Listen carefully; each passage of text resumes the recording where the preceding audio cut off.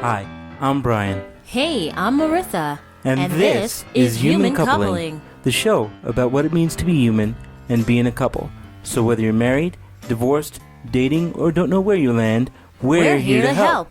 Hey everyone, it's Merisa. Welcome to another episode of Human Coupling Podcast. Hi, Brian. Hey there, Marissa. How you doing? How's everybody out there in podcast land? I hope they are bright, shiny, and happy like we are over here on a snow-filled weekend in Denver. Yay! Don't you love the snow? Of course, it's wonderful out here and it's ski season and hey, have fun. Yeah, you know, the only way I want to go up in those mountains, though, is to sit there in front of a roaring fire and drink some hot chocolate and have a good time that way. I'm not much for skiing. Of course not. He's much more for mini marshmallows and love. But anyway, this week's episode is pertaining to the topic of our childhood heroes. Yay. Yeah, see, this is his enthusiasm coming out, people. Yay. There we go. That's a little bit better. Anyway, since it was your idea for this topic, we're going to start with you. Was it my idea? It was your idea. You know why I say that, folks? Because we were reading some silly little tidbits on the interweb. Oh. Yes, and it was so ridiculously funny. They were talking about Mr. Rogers. Now, if you're not from this country, you don't know who Mr. Rogers is. Mr. Rogers was I would say he was a character played by this gentleman. And it was a television show, and it came on PBS, and it was so wholesome and so lovely, and he wore the best dad sweaters. And it was on for almost 40 years, too. Exactly, and there were puppets and trains, and it was just the most lovely childhood memory I have. And you too, right? Because you watch PBS. Oh, yeah, it's a beautiful day in the neighborhood, you know? Of course. If you don't know that song, look it up. It's funny as hell. So anyway, while we were looking at this article that turned out not to be true, but... Exactly. It was so exaggerated, you would just giggle.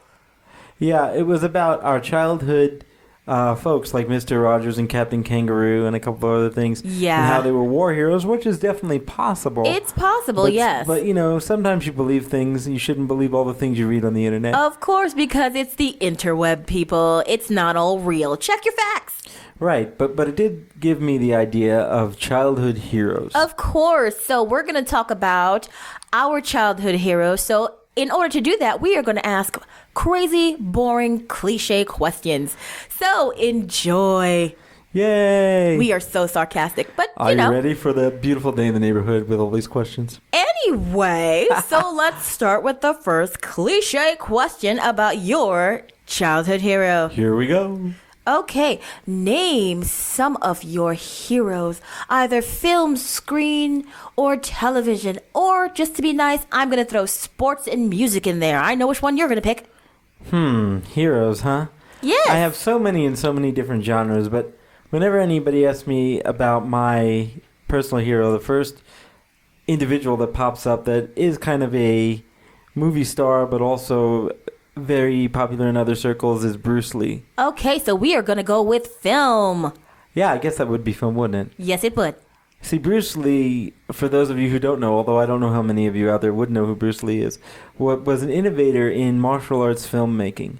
He was an innovator. He was the first action hero, really, to bust onto the scene, to really make martial arts something that was in the consciousness of the public at large. You know, make it something that wasn't so mysterious. And beyond that, I mean, he was a philosopher and a teacher and a philanthropist and many other things. And a lot of his philosophies were something that I really took to as a young man. Really, the ability to make the impossible possible. You know, I've been a martial artist for over 25 years, and one of the main reasons why I became a martial artist was watching Bruce Lee's films. So he must have been probably the first hero of mine, if you wanted to call him that, you know, because I think that his philosophies really shaped a lot of who I am. Well, that sounds cool. Yeah. All How about right. yourself, Marissa? How about myself? Well, I loved Miss Frizzle, who was played by the actress Lily Tomlin. She's wonderful. She's fun. The Frizz always made education great, and it was interactive. And you know me, I love a good cartoon. And that was from the Magic School Bus, boys yes, and girls. Yes, the Magic School Bus. If you don't know that one, I suggest you go and look it up. Yeah, I mean, at least I can say from being a disabled person and as a young kid not being able to get out as much as other kids and do a lot of other things because of a lot of, medical procedures and things, I spent a lot of time watching movies and watching TV and escaping into another world. It was really my only window to the real world, because when you look at a movie or you look at TV, you can do whatever it is you want to do. Of course. So that was really, really important. So when I see people like Bruce Lee when I got older, Mr. Rogers when I was younger, or all those folks in Sesame Street, that was a big deal. Like, wow, I want to be like them. Of course. That's what inspires you as children to pursue something, if you can, as an adult. So with me, I like cartoons because they're not real. Right now, I mainly love cartoons because watching television is kind of, I'm going to say, depressing. So if you watch a cartoon and it's happy, it's engaging, it's fun, it's completely unreal, it's just better. And back then, since I had my little issues, I only watched cartoons and annoyed the crap out of my family. Oh, it's okay. We all got used to it, dear. It's no big deal. I just enjoy cartoons because people are actually happy in cartoons, because guess what? That's the world that they're in. The cartoon land. But looking up to people that we don't know is always very difficult, because we have this idealized version of them, right? So what happens is, like, I know what happened to me is when you see people for real, you're like, wait a second. They're not like the person that they played on TV, and that was interesting for me, too. Exactly. See, and this is why I only had cartoon heroes, because I knew they weren't real. And in real life, which is this depressing sack of crap here, they would never have a chance to disappoint me. So yes, I have always been this sarcastic and annoying. It's wonderful. But not to be a Debbie Downer, it's really important to have things that inspire you to be who you are. Well, of course, even though Miss Frizzle was not real, Miss Frizzle was always the best teacher in the world. She always inspired me to go learn science and educate myself more, because as a person who came from another country, you have to learn that education is important, and not a lot of people in this country took education as highly as I thought they would. Because if you come, it is really sad. And if you come from the European system, you understand that education is everything, and without it, it can even affect your paycheck. So the lackluster ideas behind education that I saw in person really made me sad. And these cartoons served to make me happy because I saw an educator that was excited about their job. I wish I had a Miss Frizzle in my life. I had one teacher that came close. She was my science teacher, and she showed me science magic, and that made me happy. So I did continue to enjoy my education when I was, it was in high school, so it took a very long time. So hey, as long as better it happened, late than that's never. what matters, right? Of course. So let's move on to another cliche question. Sure. What about this person inspires you the most? Well, I don't know. I mean, I talked about Bruce Lee, but as you were talking, and you were talking about when you were younger and Miss Frizzle really doing that, I was thinking about one of the first times I ever saw Sammy Davis Jr. dance as a tap dancer and just do things that I didn't think the human body could do. I might have been about 4 or 5 years old, and I saw him dancing and moving around and moving his feet in ways that I never thought were humanly possible. And I said to myself, because, the whole disability thing hadn't hit me at 4 years old, that's what I want to do. That's what I want to do when I grow up. I want to entertain people. I want to be on stage. I want to do all these things. And so that, it really just inspired me to open up, to be something that I wanted to see in the world. So I knew, and how this inspired me is I know that people are going to be looking at me because I'm different, right? So I said, I have two things that I can do. I can use that and hide away from the world and try not to be stared at, or I can take that and use it as a teachable moment and say, okay, if I'm going to be on the stage, I'm going to be the best person on the stage I can be. And as far as Bruce Lee, his ability to manipulate things, his ability to understand the world and to understand human nature and the human body, to push the boundaries of what is acceptable, what is possible, and not to listen to what the world around you says because you're a little different. In his case, it was because he was Asian in a time where Asian folks weren't taken seriously. Of course, and he was also a part of an interracial couple. Correct. Yes, don't forget that little tidbit, yeah, folks. I didn't get to that. Yeah, he actually was married to a Caucasian woman which in the early 60s was unheard of. So he really was breaking down boundaries all over the place. He was an interracial couple. He was teaching skills to folks that were outside of his culture. He was teaching it to the white man, which is something that was not looked upon well in his community. He was really breaking down barriers, much like Marissa and I are trying to do here on Human Coupling. Isn't that right? Always, always, always. So I hope that answered your question there, sweetheart. Well, yes, that answers my question. See, I love the fact that you said all that, because here is a classic example of a couple. He grew up and became inspired to become an extrovert. I grew up and just became an introvert. So this is the classic opposites attract couples moment. You gotta say it. So yes, it's true. I'm okay with being behind the shadows, supporting the person who wants to be up front, and he is more than happy to be up front. So I think our relationship works in that aspect. So if you wanted to know what this had to do about coupling, there you go. It's very, very true. Exactly. Everything can relate back to coupling. Isn't it funny, folks?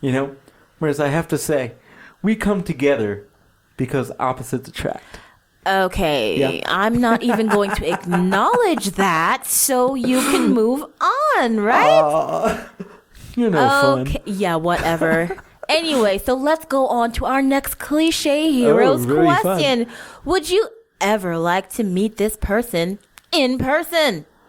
Well, in my case, it would be a little difficult, but taking away, time, physics, living or dead. This is fantasy, darling. Enjoy it. There's a number of people that have inspired me over the years what I like to meet, but if we're taking just Bruce Lee because of the interracial couple aspect, because of the martial arts aspect, because of the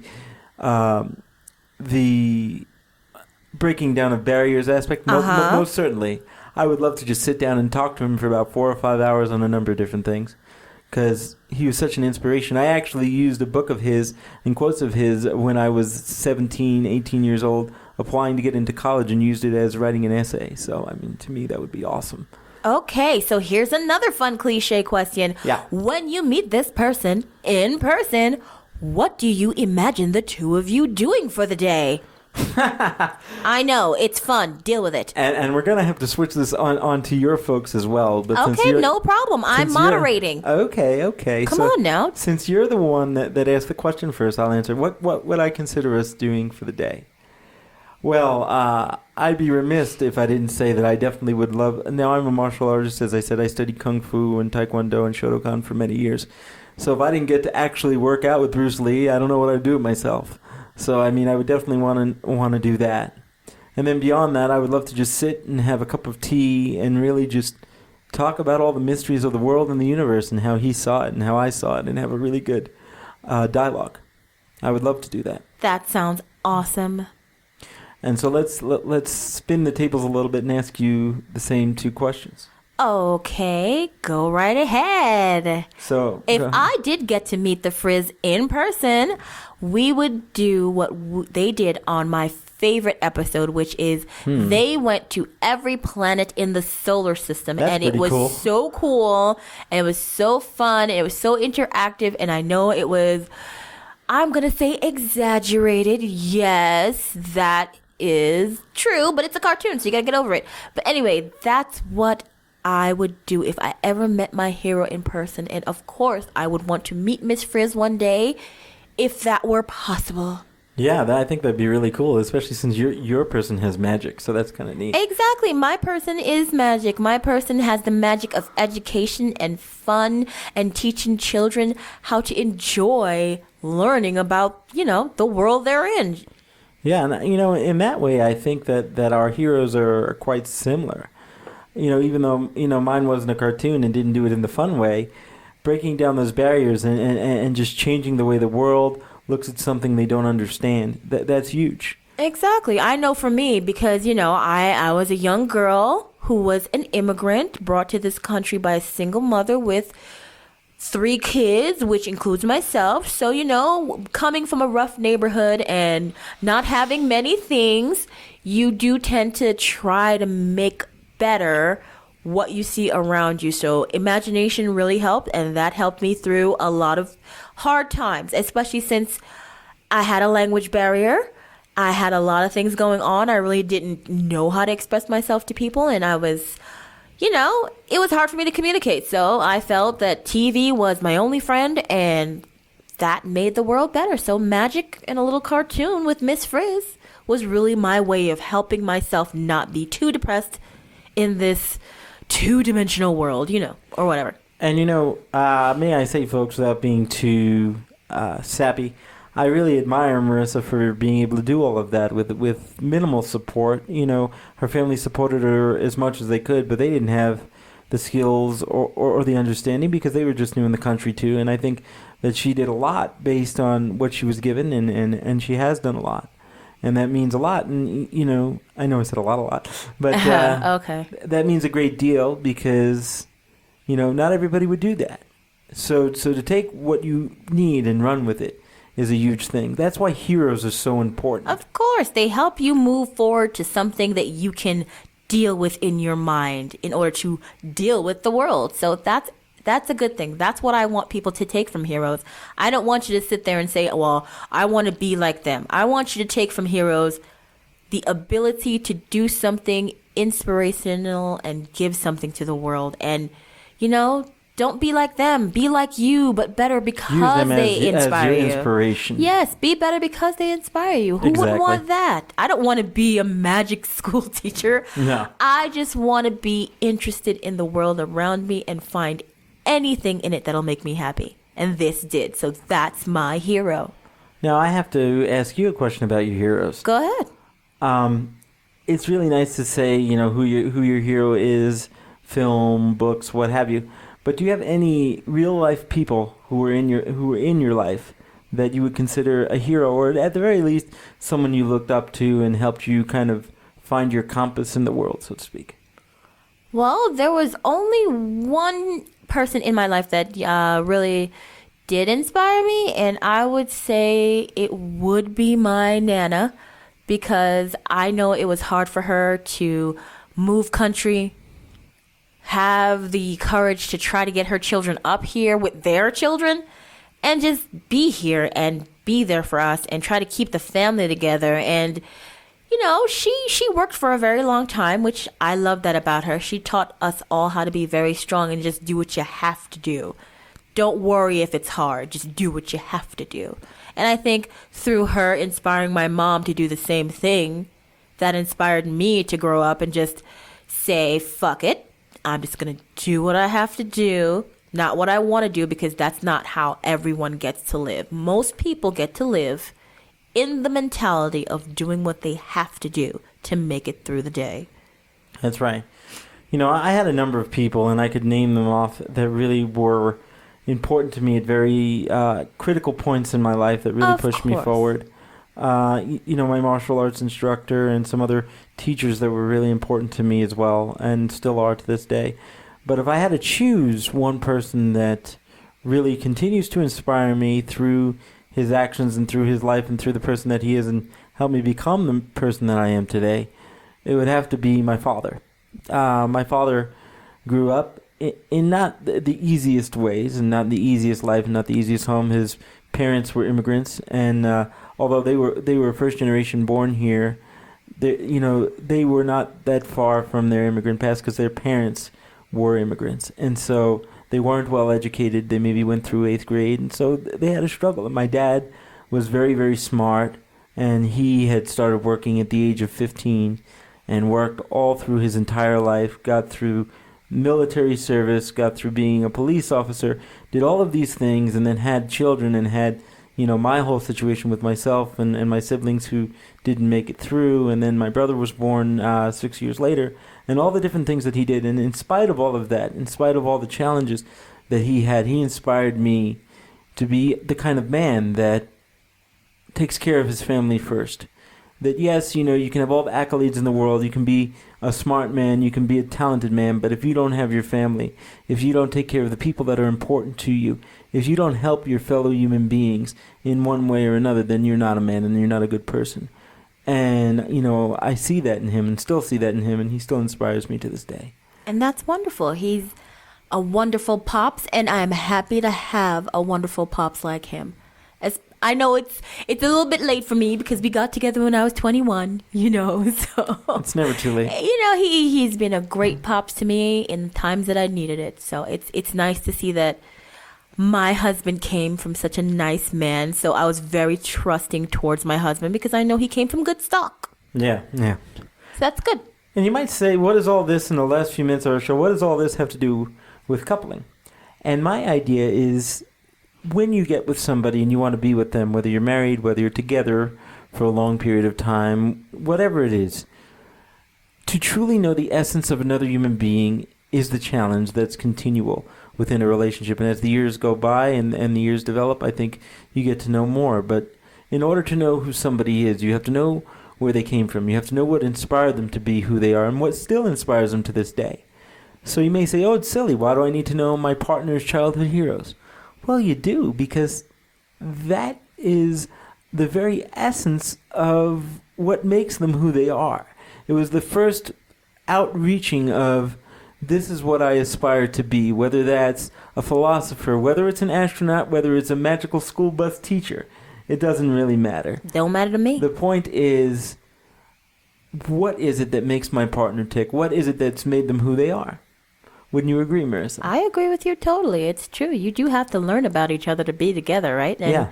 This is just one of those things, right? It's one of those little funny things that you can joke about, which is good. You have to joke with each other. So it doesn't always have to be about coupling problems and coupling issues. It can just be about life issues. It could be super silly and super fun because this is just a lighthearted topic that we wanted to discuss because, as you know, everything is a little crazy right now. So this is 25 minutes of fun. Please enjoy. Have a great time. And keep dreaming, keep looking out into the stars, keep finding people and things and situations that inspire you, that make you happy, that make you want to be a better person, because in spite of all the craziness that's going on in the world right now, we still have to have hope, we still have to have strength, we still have to have inspiration, because that's how we overcome it. Exactly. So, with that said, that's all I have to say on the subject. Bye-bye now. Bye-bye now, folks. Hey out there in podcast land, it's Brian from The Couple. Do you want more of the laughter, love, and hijinks that is the Human Coupling Podcast? If so, like us on Facebook, friend us on Facebook, subscribe to our YouTube channel, follow us on Twitter, follow us on SoundCloud, follow us on Google+. Would you like to let us know how we're doing or let us know how you're doing? Or do you have an idea for a show topic? If so, send us an email at humancoupling@gmail.com. Hope to hear from you soon. Bye-bye now.